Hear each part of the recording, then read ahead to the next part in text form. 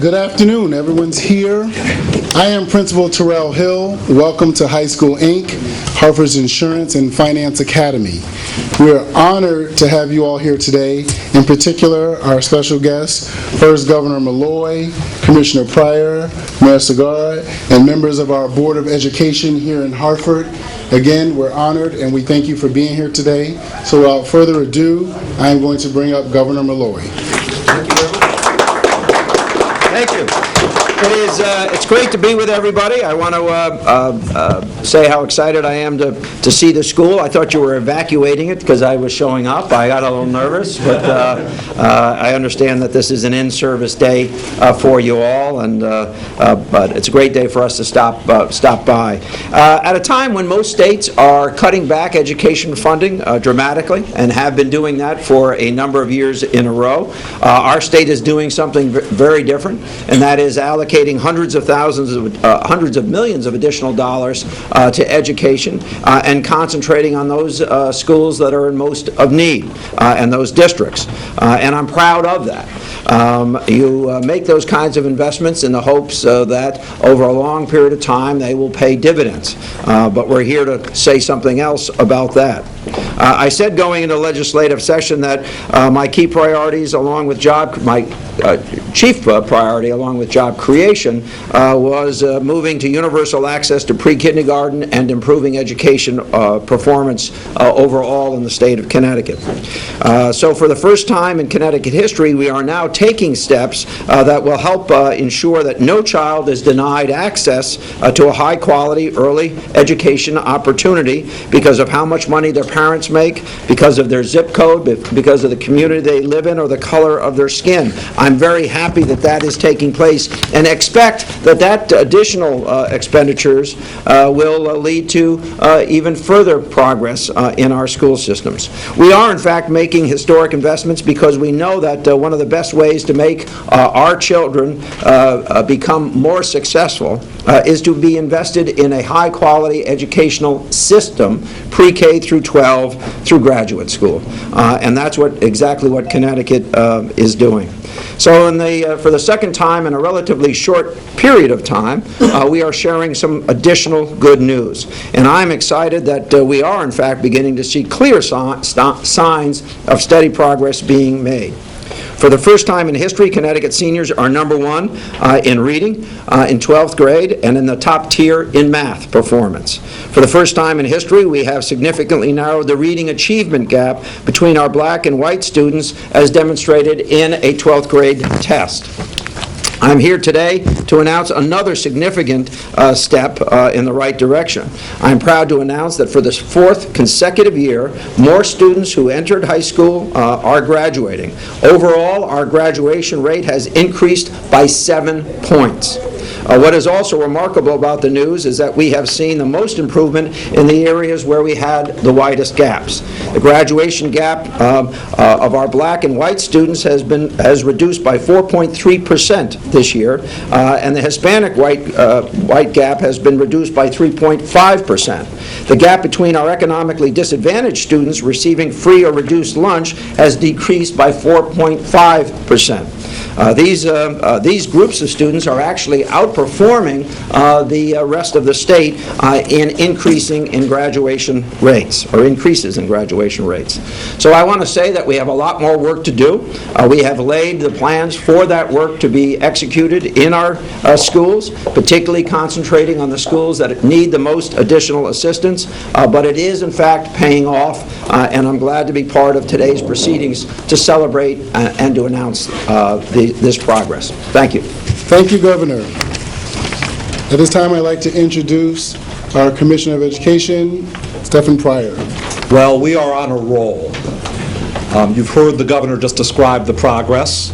Let me restate what's contained within the hit parade. The Connecticut news is as follows. The PISA scores internationally show that only 4 education systems in the world do better than us in reading. In the world. The Advanced Placement Organization, called the College Board, which administers the AP test, has recently stated that for 2013, Connecticut is number 2 in the nation on multiple indicators, and we are the fastest improving state in the United States on advanced placement exams. Our youngsters are increasingly taking rigorous material and performing well in doing so. Then, as the governor just recited, on the recent 12th grade NAEP scores, which is the nation's report card, Connecticut has the number 1 reading score in the land. We rank in the top cluster for mathematics, and we're closing the black-white achievement gap, all in the 2013 data. And now, under this governor's leadership, we announced that we're making progress on the graduation rate as well. And you heard the governor describe it, but let me even break it down a bit more. The rate itself is up by 0.7%. That's the 4th consecutive year of movement in the right direction on the graduation rate. More of our youngsters are graduating year after year. In addition, we're closing the graduation gap. For the black-white graduation rate gap, since 2010, we've closed the gap by 4.3 points, which represents over a 21% reduction in the gap. The Hispanic white gap has been reduced by 3.5 points, which is about a 14% reduction in the gap. And for students who are economically disadvantaged, it's 4.5 points, which represents a 17.5% reduction in the gap. All the trends are going in the right direction, and we're seeing disproportionate progress for our students of color and our students in poverty. This is marvelous, and it's what the governor set forth for us when he issued his challenge regarding education reform. He asked us to ensure that we elevated overall performance, and we ensured that our students coming from behind accelerated ahead. We're accomplishing all of that at once. How are we getting it done? Well, there have been major investments in public education, and they've been strategic investments.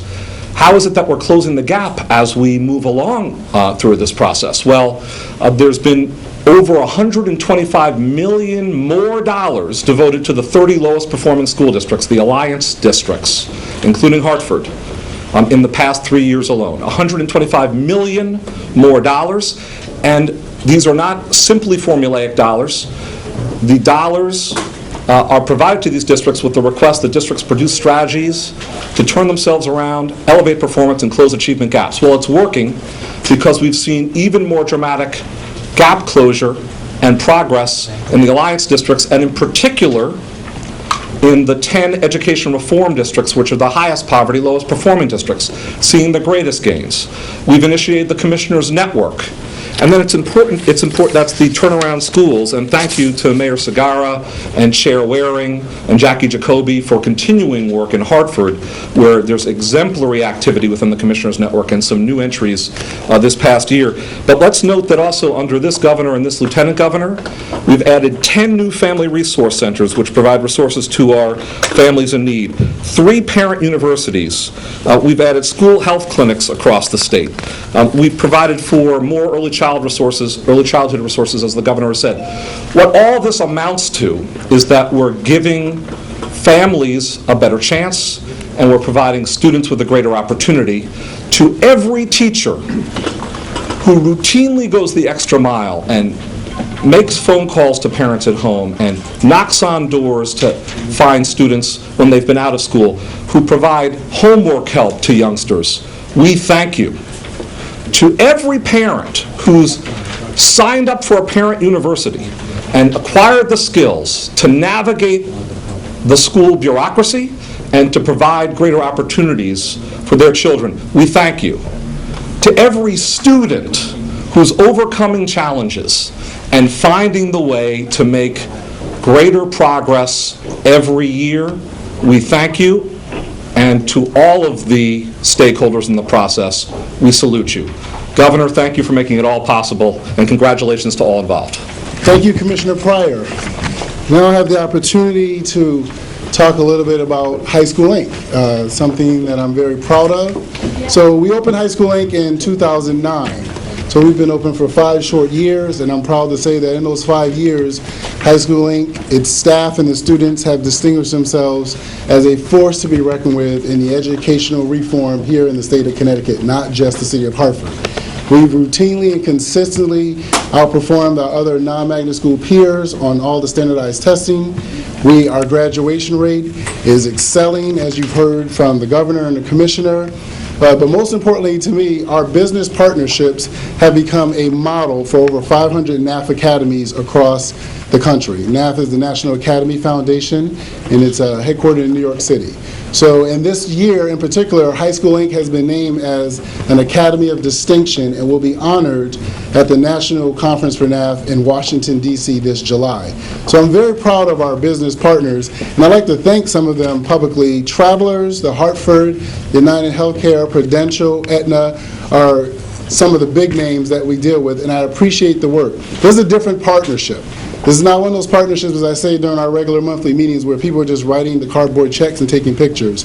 These folks from their companies, besides their resources, they're giving their time. They're in the school, they're meeting with students regularly. We have a number of programs that I don't have the time to share all of them, but things like our executive luncheon series where students go to lunch at one of our downtown restaurants. Salute has been the main restaurant. They've been wonderful in providing that service to us free each month. So these companies take a number of students there, and they get an experience in addition to the regular business classes that are getting here at the high school, but an experience in society to gain some of those cultural norms and that cultural capital that they need.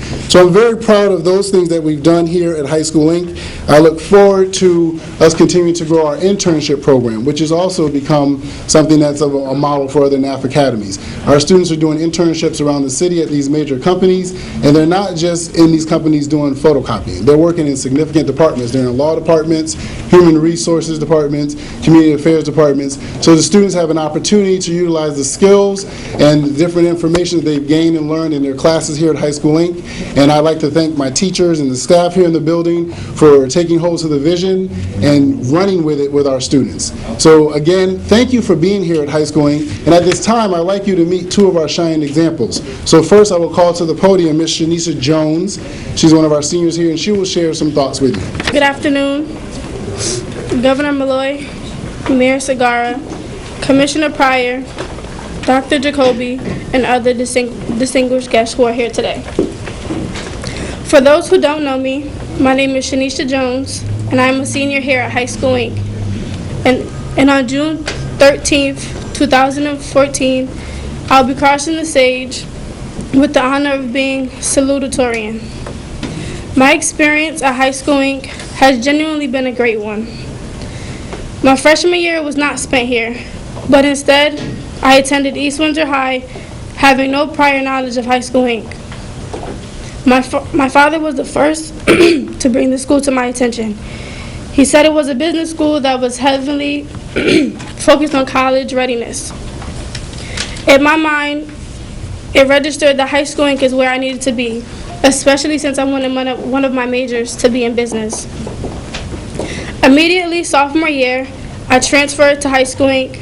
as a young shy girl who did not realize her strength. Coming here, the teacher saw something in me that I didn't. I was reminded on a regular basis that I had the power to be great. Not sure of what that meant, so I didn't pay it any attention. Junior year came, and my physics teacher, Miss Saunders, noticed my reserved attitude and decided to reach out and have a conversation with me. She said, "Shanisha, you have the potential to run this class, so why do you choose to be so quiet instead of taking the initiative to be the leader and help your classmates?" I could not answer her, but from that moment on, I helped with whatever I can. I joined peer mediation, which is a program that allows students to mediate conflicts between other students, which leads to keep the school violence levels low. I was also a part of the drill and step team during my sophomore and junior year. Along with this new attitude, many opportunities came along. I went on many field trips to visit insurance companies like Prudential, Travelers, United Healthcare, Aetna, and so forth. In addition, I always attended the annual college tour trip on which I was able to experience the different cultures of various colleges. High School Inc. also granted me the chance to visit London, England, and Paris, France, where we visited the London Travelers and United Healthcare offices. This past summer, I had the greatest opportunity to intern at Travelers in the Human Resources Department, called ELOD, which stands for Enterprise Leadership Organization Development. Now, standing here in front of all of you, I will be a beginning freshman of Clark Atlanta University in the fall. After having to choose from 13 other schools I had also been accepted to, I will be double majoring in political science and business administration. High School Inc. taught me many things, but one major lesson I will never forget is you need to always stay humble, because you never know what you're going to need in the end. Thank you.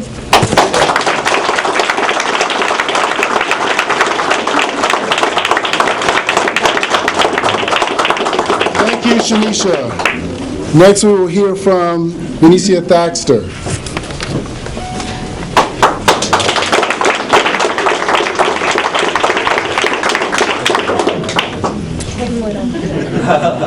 Okay, good afternoon, Governor Malloy, Mayor Segar, I met you before, Commissioner Pryor, Dr. Jacoby, and our other guests. I came to High School Inc. my sophomore year. I just moved back to Connecticut after spending several years in Maine. I was nervous about attending school here again, especially when I found out that the high schools are now trade-oriented and I'd be going to a business school. I'd always dreamed of being a psychologist, and I wasn't particularly happy about coming to High School Inc. Since coming to HSI, however, I've been involved in many things. I was mostly concerned about our business classes. I thought they'd be boring. However, the classes prepare us for the real world. Our accounting classes gives us experience with Excel, something many of us have to be familiar with during our internships, which are mandatory for students to graduate. These internships give students an idea of how corporate America works, as well as give us first-hand experience on the job. Students complain about our uniforms, but they give us an advantage. When we interview, we already know what's acceptable to wear and what isn't. Major companies that students intern at include Travelers, the Hartford, Prudential, Aetna, and United Healthcare. There are many ways students can get involved here. I have joined my school's Model United Nations Club as a delegate for Greece. As delegates, we have to research our country, study international issues, and develop and vote on solutions. We had the opportunity to visit the United Nations headquarters in New York City and meet actual United Nations delegates from Greece. Soon after that, we were invited to go to the annual Model United Nations plenary session at the University of Hartford. There, we met with over 700 other delegates and drafted, debated, and voted on solutions while representing our countries. I am also a peer mediator. Every year, a group of students are chosen by our teachers to meet at McCarter and English Law Firm. We go through trainings and learn how to diffuse situations, such as an argument, and come up with solutions that help our peers. On May 22nd, the peer mediators will be at UConn School of Law. We will participate in Kids Court, a competition in which students research a specific civil or human rights issue and advocate a position, first in an essay and then verbally in front of a panel of judges. As part of the global excursion, students also have the opportunity of going abroad for a week to visit partner offices, like Travelers and United Healthcare in London, England, and in Paris, France. In addition to that, we also go sightseeing.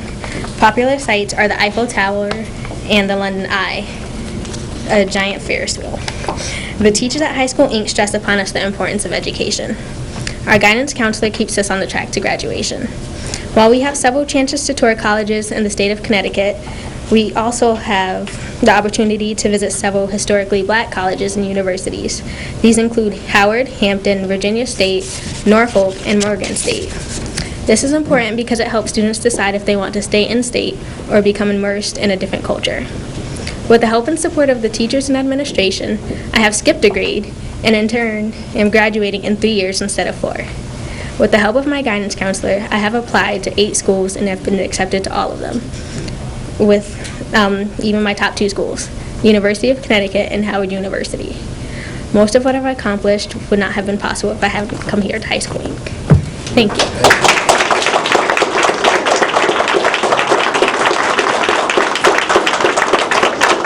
Thank you, Benicia and Shanisha. Just two examples of the wonderful students that we have here at High School Inc., and in particular here in the city of Hartford. There are lots of gems in this city, and we need to definitely exploit that and show the world. At this time, I'd like to bring up Mayor Segarra. Thank you, Mr. Hill. And first and foremost, Shanisha and Felicia are what this is all about. It's about giving opportunity to a group of students that a year ago did not have those opportunities available. As our workforce ages, our city and many other urban centers which have young populations are the future of the economic viability of the state. So, Mr. Governor, on behalf of our residents, our families, but most especially our children, we want to thank you for your leadership in not only providing the human resources, but the financial commitments to turn things around. In 2006, when I became a member of the Court of Common Council in Hartford, we enjoyed an embarrassing low graduation rate of under 28%. 28%. That is atrocious. It is not acceptable. And we know that your efforts, as well as those of Commissioner Pryor and others in your administration, have led to what is now an increase to a landmark high of 71%. The future of this city, the future of our state, lies in our ability to provide young, capable men and women to fill the ranks of all those corporations and folks that are, claiming home, Hartford to be home. Recent announcements by the Hartford Insurance Company and others who are choosing to make Hartford their corporate headquarters. I want to say that this was also successes in part due to the efforts of our excellent school teachers, our administrators, Mr. Hill, and our corporate community, who has also joined hand with us. But let's not leave out our parents. We still have a ways to go, and we're trying to engage our parents. I want to thank Dr. Jacoby for taking us through a transition period, and I look forward to working with Dr. Beth Narvaez in her efforts to continue to engage our communities and our parents so that we get to 100% graduation rate. So I am very thankful to all of you who are here today. As an uncle of five boys and girls that live in the city of Hartford, back in 2006 when it was 28%, I always had the concern what would happen to them. I don't come from a rich family. They're all working, struggling people. And with a 28% graduation rate, you have your doubts and you have your concerns. And I'm glad to report that one of those students have graduated from UConn. The other one is a third-year student at UConn. The youngest one is a freshman at Mount Ida, and the other two are honor students in school. So, when you start to look at that picture and you start to see what the change that is occurring, it leaves you with a much higher level of confidence that we will turn things around and become a city that is not defined by its low achievement and poverty, but by success. So thank you all.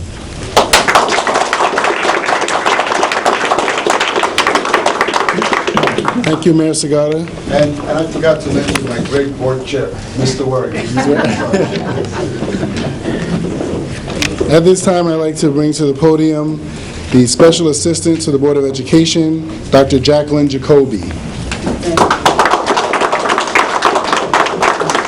It's my privilege to be back in Hartford, and I'm so glad. Thank you, Mayor Segarra, for being the person that came to the podium after the youngsters. I was glad I didn't have to do that. This kind of success does not happen without a concerted effort, and that concerted effort has been a specific focus of the Hartford Public Schools for the last 6 years. And we have a number of people to thank for that. And I'm going to start with thanking parents, because the parents are much more supportive and much more engaged in the process. I'm also going to thank teachers and staff. It isn't just staff in the classrooms, but it's teachers who are running special, and staff who are running special kinds of centers for students. A change that I see, having been here 6 years ago, is that we have a very strong, supportive leadership at the building level. Those people are very important to this graduation rate. We're very fortunate to have a strong and supportive Board of Education and a great partnership with the city leaders. That makes a difference. I'm going to speak just briefly about an unusual position that we have in Hartford that I think is contributing to the success of our student graduation rate, and these are called portfolio directors. These are people that oversee a group of schools and provide capacity building and support to those schools. They're very important to this process. In addition, of course, our students, and without their effort, we would not have the success. But we've provided some additional supports for kids that were not here previously. One of them we're calling the Student Success Centers. That's an opportunity for kids to go and be worked with individually in a blended learning technique involving technology. We're seeing kids voluntarily going into the Student Success Centers, and they are ultimately reaching graduation, and reaching graduation with a meaningful diploma. That's as important as the number. The other thing that we've done is that we've had a summer school recovery program, and there are some youngsters who need to catch up on credits. Those have been made available for them. I think about that as a kind of safety net. So we would never have gotten to the increase in our graduation rate of 6% this last year. It really does take a village to be successful, and that's what's happening here in Hartford. I have great hope for the future. Thank you.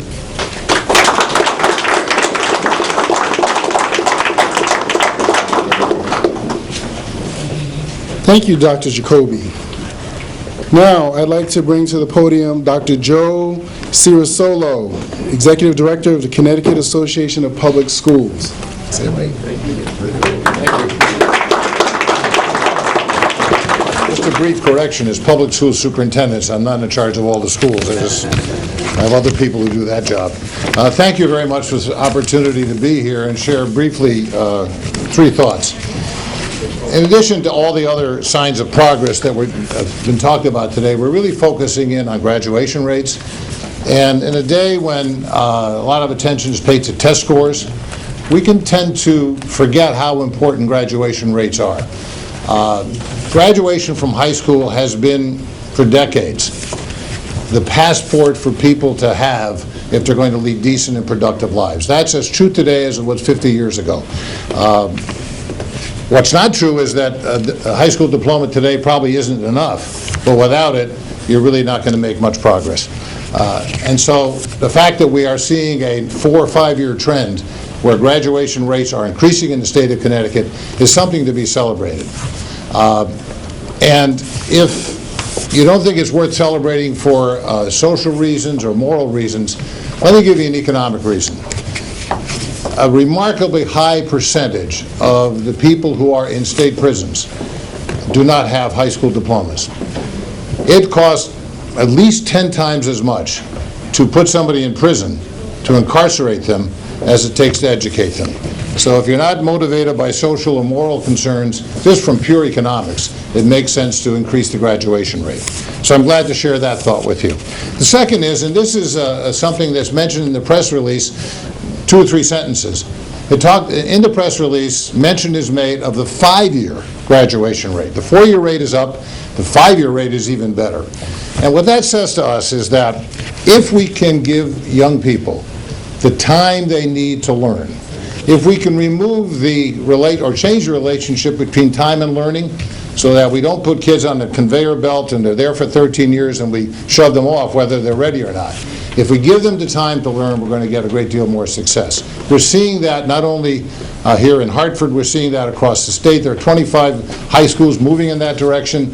There are whole school systems moving in that direction. Some of the alliance districts have made a great deal of progress with increasing student time. So it's important for us to remember that. And finally, I want to make the point that in Connecticut, when it comes to the efforts to improve education, we're a little unique in terms of what's going on around the country. I meet with my counterparts about 3 times a year. There are 48 others who have my kind of job in other states.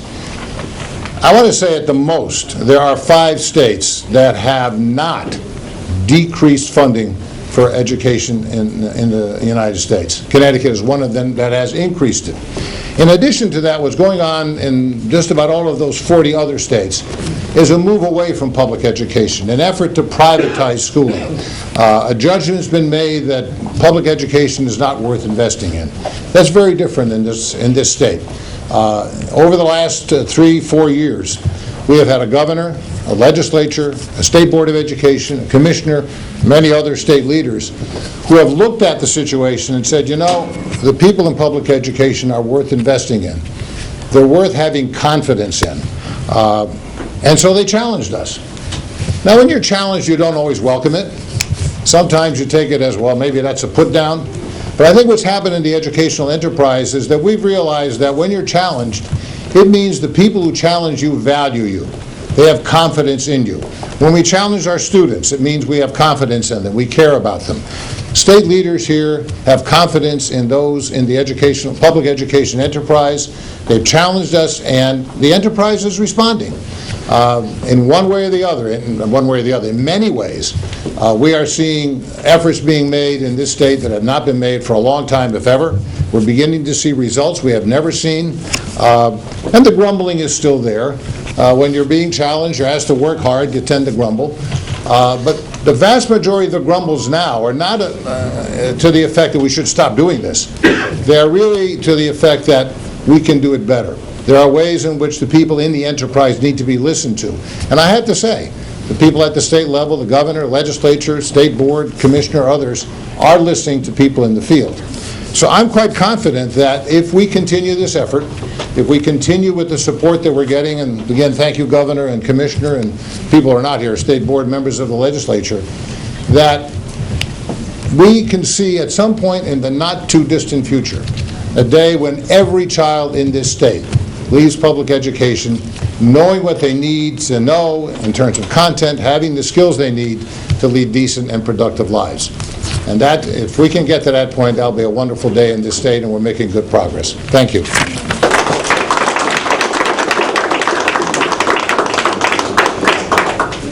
Thank you, Dr. Cirasolo. At this time, I'm going to bring Commissioner Pryor here. He's going to take your questions and wrap up. Thank you. I'm simply going to announce that the governor is prepared to take some questions on topic. Sure. So, Governor Malloy. Sure, and Stefan. So, anything? Governor, with all the progress on the test scores, still, if you look at them, you see that students aren't overwhelmingly proficient in some skills. So there's a question of, is the graduation rate about the students learning more, or is it about preventing students from dropping out, or some combination of them? Are students learning more, or are they simply being promoted socially? Yeah, no, I think it's a combination of 2 good factors, and that is that there's a concentration on helping students complete their education. A high school diploma is far more valuable than a GED, for instance. A GED will not get you into the military. A high school diploma will. There's real value in that. And to some extent that requires extraordinary effort on behalf of faculty members, administrators, and teachers to make sure that that happens. And there's, so that's important. And as is in the press release, the 5-year is even better. And quite frankly, there's no shame in getting your high school diploma in 5 years as opposed to 4 years. The shame is not getting your high school diploma at all. With respect to other tests and using them to make judgments about these numbers, we know that achievement is on the move and is making a real positive progress. I don't want to overstate the 12th grade test, but I don't want it to be understated as well. That was a cross-section of students in Connecticut, both urban and non-urban, black, white, Hispanic, Asian, Caucasian, different types of schools. And the kind of progress that was evidenced there, you can't find in the recent past in Connecticut. In the years before I became governor, in a 6-year period of time, graduation rate had gone down. During a period of time that had gone up 4.8% in Massachusetts. I referenced that frequently in 2008, 2009, and 2010.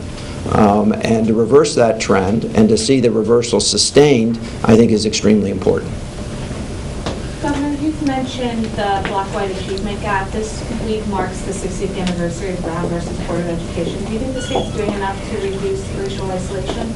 Well, I think it wasn't, and I think we're making progress. I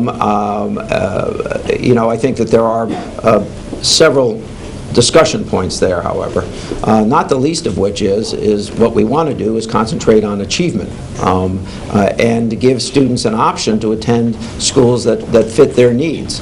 So if a student decides to pick a school, or a set of students decides to pick a school, and that school is performing appropriately, I think that's our first measurement. But obviously, our students should have opportunities to attend a cross-section of schools. I'm a big believer in a menu, quite frankly, and let parents and students make a choice. And here in the Hartford area, but increasingly in New Haven, and Bridgeport, and Stamford, and Danbury, and New Britain, and New London, students are having that kind of choice.